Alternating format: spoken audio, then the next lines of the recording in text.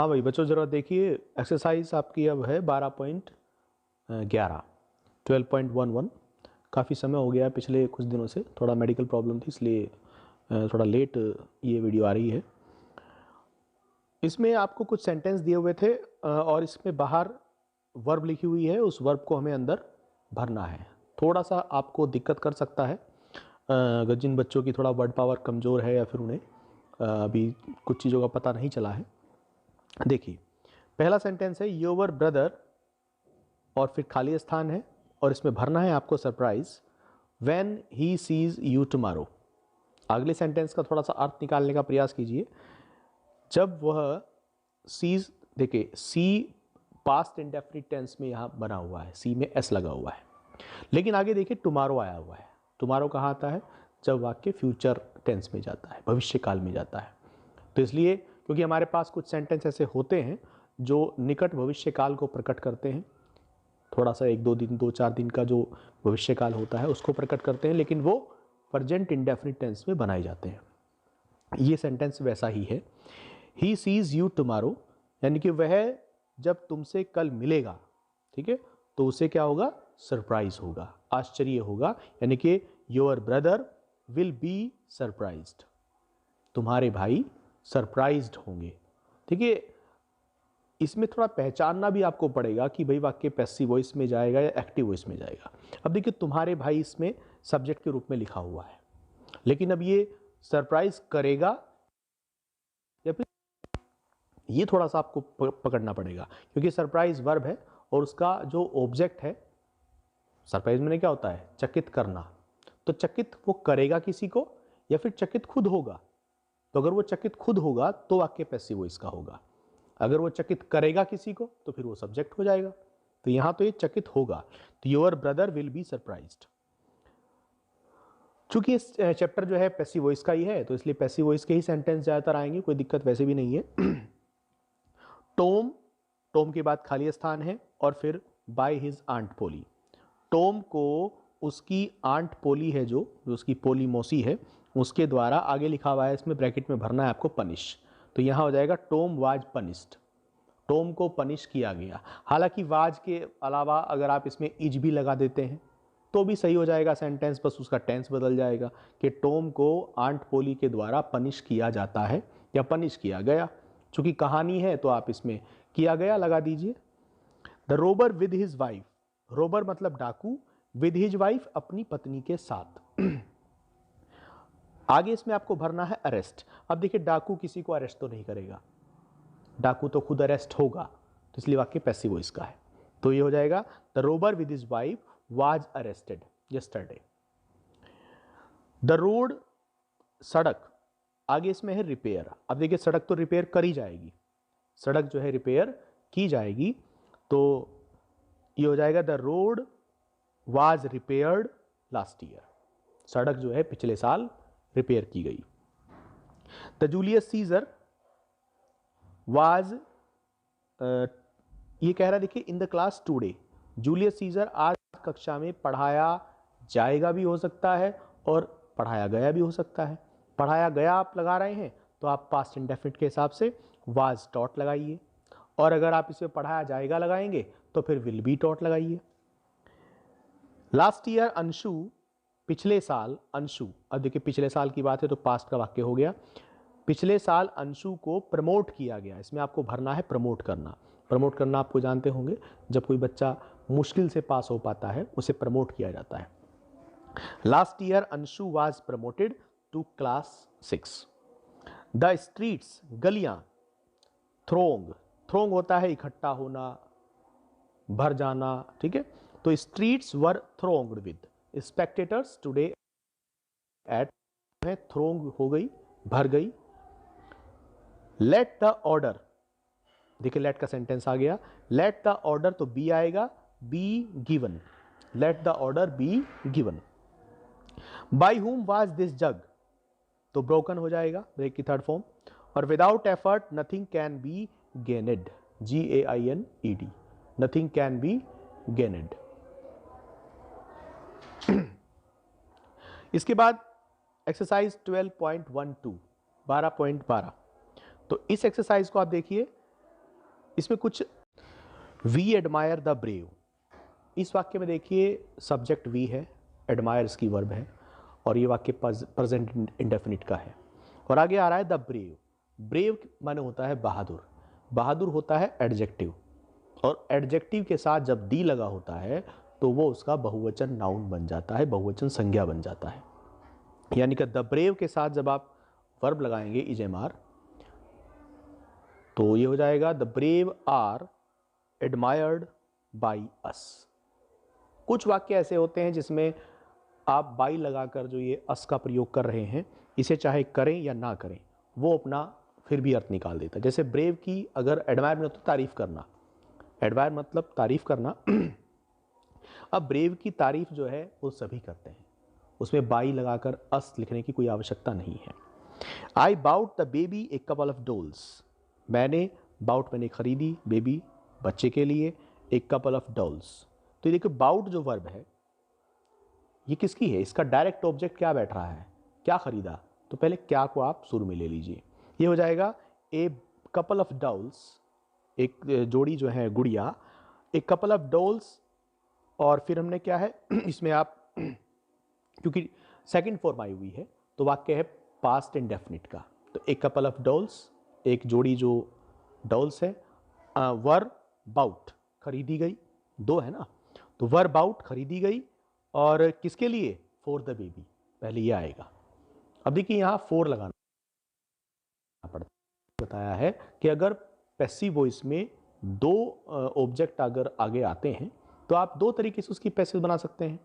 तो अगर आप डायरेक्ट ऑब्जेक्ट से पैसिव वॉइस बनाते हैं तो वो जो इनडायरेक्ट ऑब्जेक्ट बाद में रखा जाता है वो बिना प्रीपोजिशन के नहीं आ सकता, उसके साथ आपको टू या फोर जो भी वहाँ अर्थ बैठ रहा है, को का अर्थ बैठ रहा है तो टू दे देंगे आप, फोर का अर्थ बैठ रहा है तो के लिए दे देंगे। तो यहाँ देखो फोर का अर्थ बैठ रहा था इसलिए के लिए दिया गया है। ठीक है, तो ये हो जाएगा for the baby by me. He made his wife do the work, ठीक है, उसने अपनी पत्नी से काम करवाया।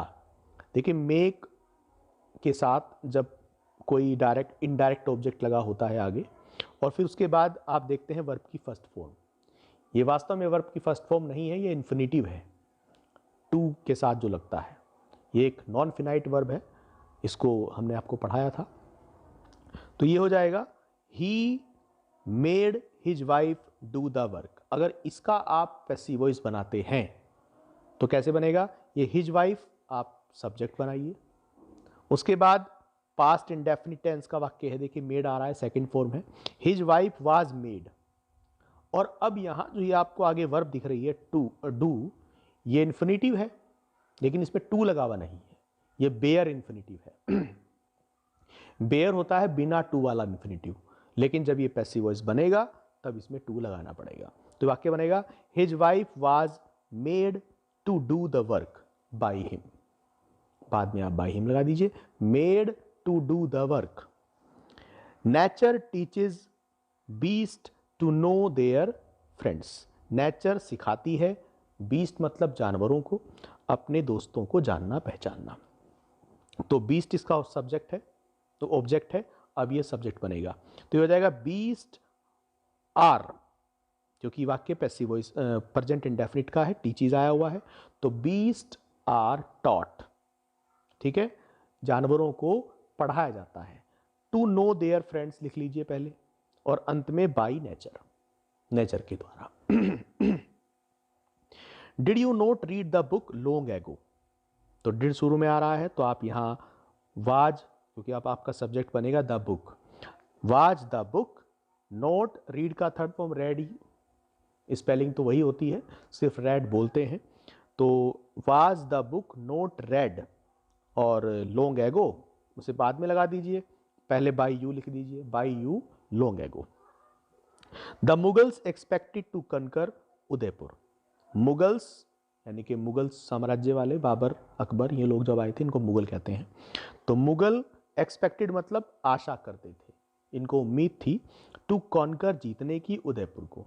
अब देखिए यहाँ कोई सब्जेक्ट हमें दिख नहीं रहा है, भाई मुगल इसका सब्जेक्ट हो गया, ऑब्जेक्ट सॉरी, एक्सपेक्टेड इसकी वर्ब हो गई, अब जो आगे आ रहा है ये टू कॉन्कर उदयपुर, यही हमारा देखा जाए तो एक तरह से यही हमारा ऑब्जेक्ट है।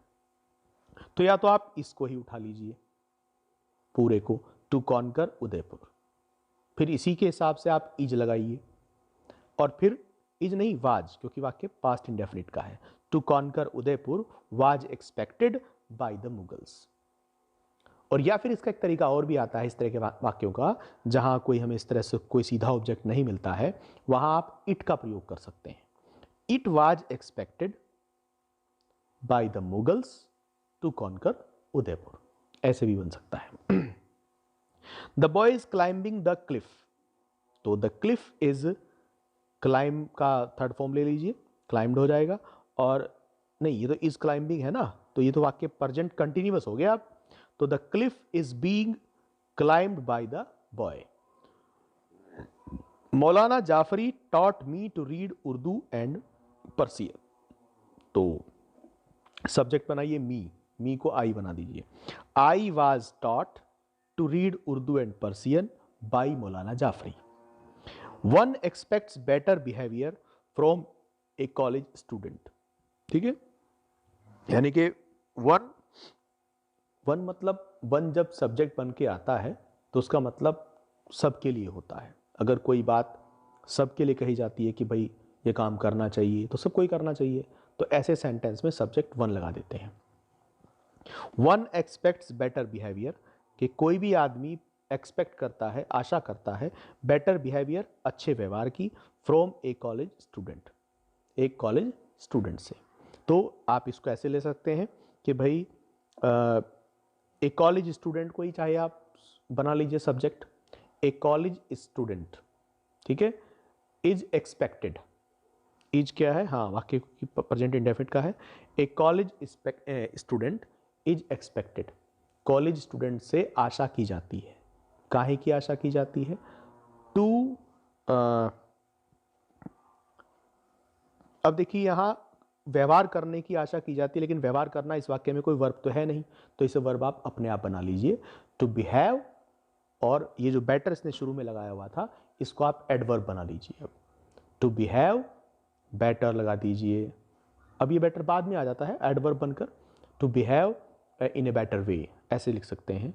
या फिर टू बिहेव वेल, ठीक है। वैसे तो वेल मैंने अच्छा होता है, चूंकि बेटर इसकी कंपैरेटिव डिग्री है, तो आप बेटर का ही प्रयोग कर दीजिए, to behave better.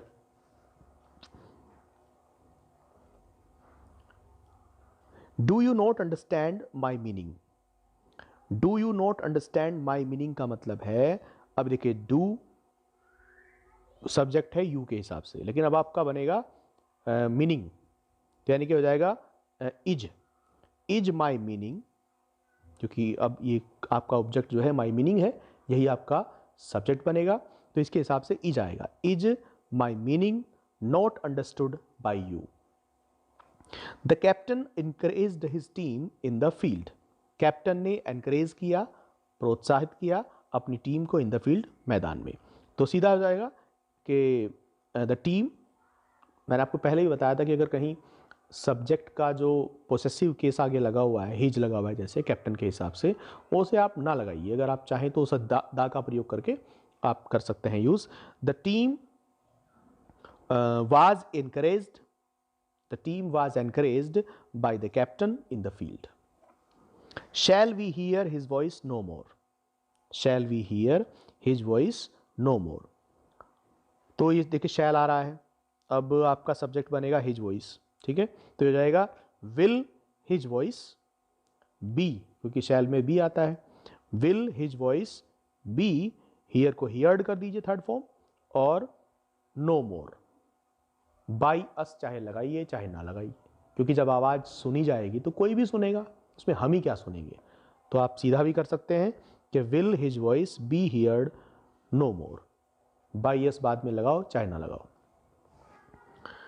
They propose to build a dam for irrigation, देखो प्रपोज का वाक्य आ गया।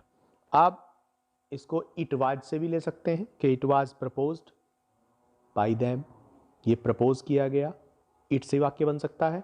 और नहीं तो फिर आप देखिए प्रपोज के बाद जो ये पूरा लिखा हुआ है to build a dam for irrigation, इस पूरे को आप सब्जेक्ट मान के चलेंगे। फिर इस पूरे को उठाइए, इसको पूरे को आप सब्जेक्ट बनाइए। To build a dam for irrigation was proposed by them, या फिर इट का प्रयोग कीजिए, it was proposed by them, और आगे to build a dam for irrigation जुगा तो रहेगा। The manager of the zoo showed us some wild beast, तो हो जाएगा सम वाइल्ड बीस्ट, कुछ जंगली जानवर, इसको आप सब्जेक्ट बनाइए, सम वाइल्ड बीस्ट, और फिर वर हो जाएगा क्योंकि पास्ट इंडेफिनिट है, वर शोड और टू अस। अब ये देखो इसमें अस भी था ना, इसमें दोनों ऑब्जेक्ट थे, अस भी था और सम वाइल्ड बीस्ट भी थे, तो टू अस लगाना पड़ेगा, टू अस, और फिर बाई किसके द्वारा, the manager of the zoo. Salim hoped to succeed Akbar the grand Mughal, ये अकबर के साथ ही रहेगा, द ग्रैंड मुगल इसी की विशेषता है।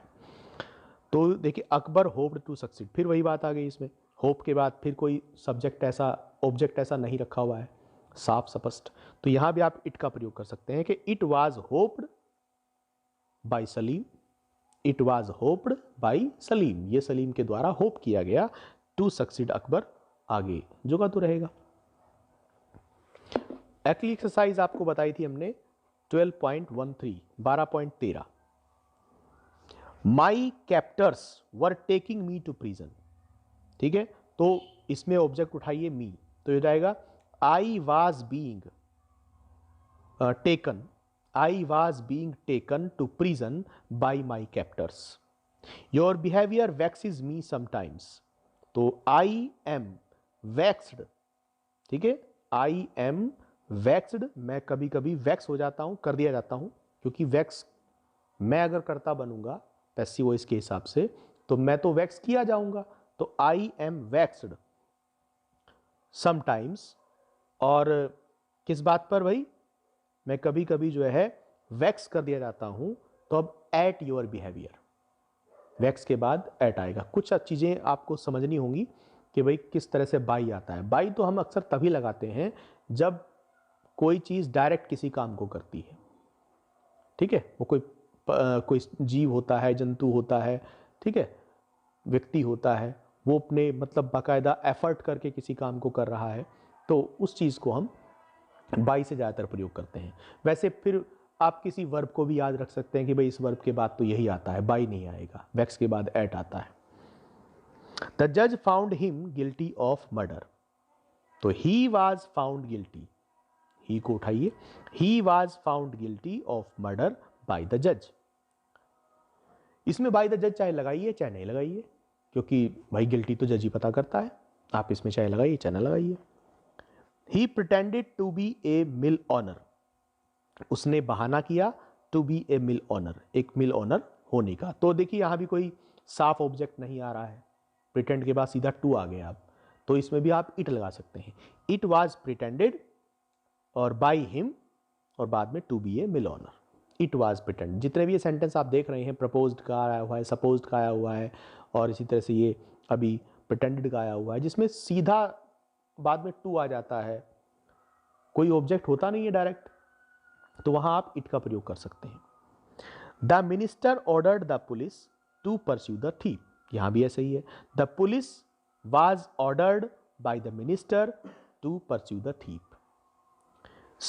Subject him to a severe examination, ये तो subject him to a severe examination का मतलब है, ये यहां देखो पैसिव वॉइस इंपरेटिव सेंटेंस दिया हुआ है, तो इसको इंपरेटिव सेंटेंस बनाइए, तो क्या हो जाएगा, ही वाज सब्जेक्टेड, नहीं ये लेकिन पैसिव वॉइस तो है, लेकिन ये सेंटेंस इंपरेटिव है, तो इसको ऐसे बनाएंगे, लेट से ले लीजिए, let him be subjected to a severe examination, यानी कि उसे एक कठोर परीक्षा दी जाए, let him subjected, let him be subjected, थोड़ा सा अलग सेंटेंस है, सब्जेक्ट यहां वर्ब बनकर आया हुआ है, इंपरेटिव सेंटेंस है ये, let him be subjected to a severe examination, somebody has put out the light, तो the light has been put out, by somebody लगाइए चाहे ना लगाइए, somebody एनीबडी इस तरह के सेंटेंस में आप बाई का प्रयोग बाद में नहीं करते, by the light has been put out, light बुझा दी गई।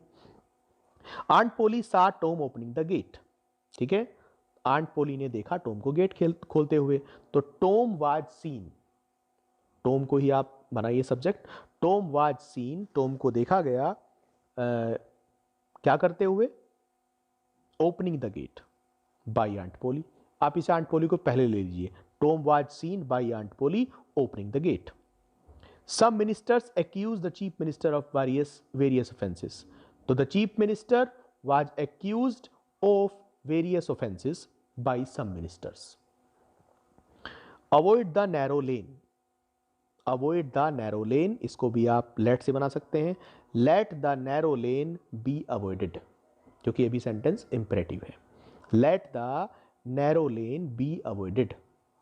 शन द ब्रॉड पाथ, तो ये भी ऐसे ही कर सकते हैं। Let the broad path be shunned. Third form हो जाएगी इसकी, शंड होती है। Let the broad path be लगाइए, थर्ड फॉर्म लिखिए। Did you never hear the name of Bajirao Peshwa, तो वाज हो जाएगा। Was the name of Bajirao Peshwa heard never heard by you. Was the name of Bajirao Peshwa never heard by you. My friends will never blame me, तो हो जाएगा I shall never be blamed by my friends. The master appointed him the manager of his factory, तो he was appointed the manager of his factory by the master. He was appointed, क्या appoint किया गया? The manager of his factory और by the master. The six surrendered the fort to the English, तो the fort was surrendered. The fort was surrendered to the English by the six, ऐसे भी कर सकते हैं।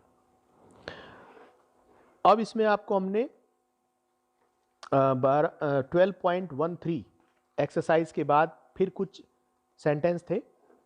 12.14 इसको भी देख लीजिए। ही शॉट द टाइगर, तो the tiger was shot by him हो जाएगा। The tiger was shot by him. The villagers caught the thieves, the thieves were caught by the villagers. They were buying balloons, balloons were being bought by them. They have won the match, the match has been won by them. He is writing a letter is being written by him.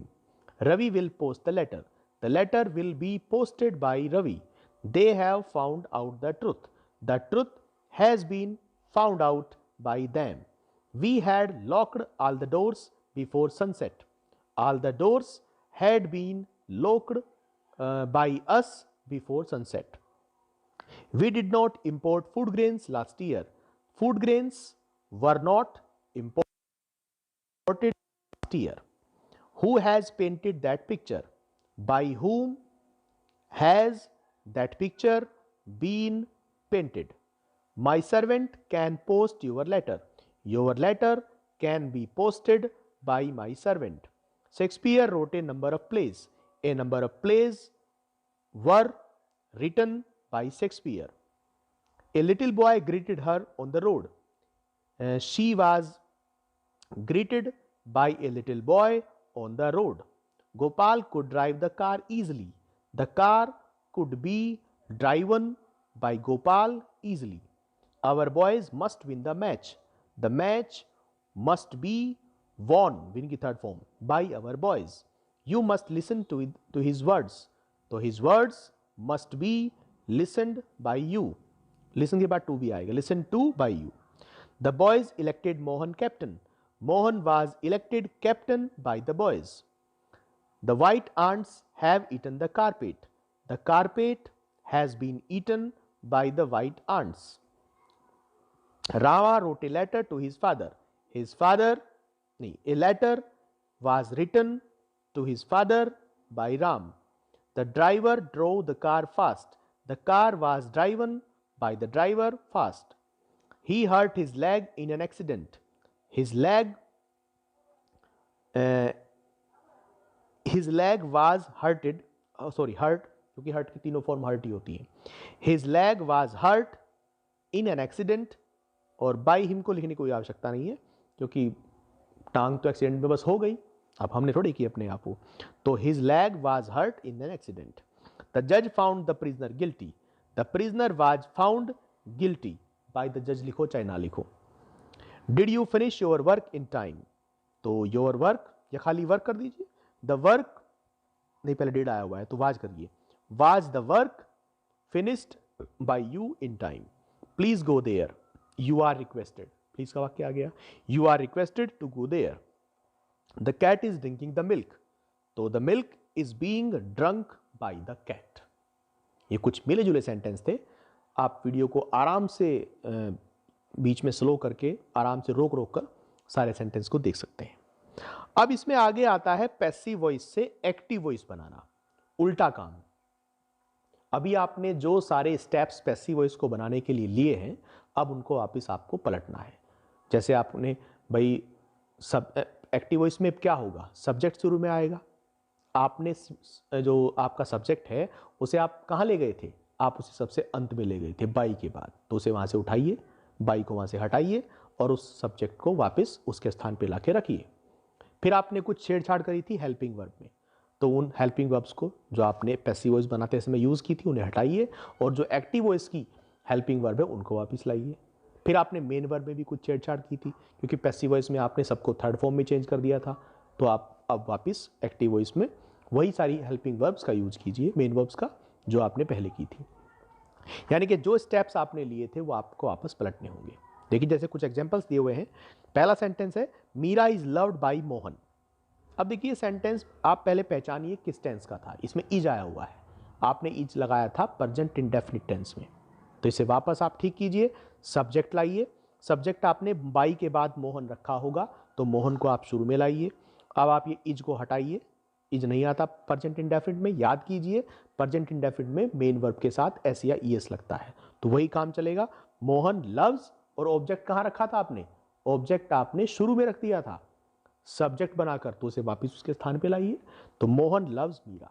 मतलब सारे sentences में अब आपको वापस पलटना है। भाई जिस रास्ते से अगर घर से स्कूल आए हैं तो स्कूल से घर तो जा सकते हैं ना, वही तो रास्ता है, वापस पलटना है हमें, तो इसमें भी यही काम करना है। सेंटेंसेस में आपको वापस से सारे नियम बदलने हैं, तो आप इसको बना के देखिएगा। एक्सरसाइज 12.15 है, 12.16 है, 12.17 है, 3 एक्सरसाइज इसमें आएंगी, इनको आप बना के देखिएगा, ठीक है ना। चलिए।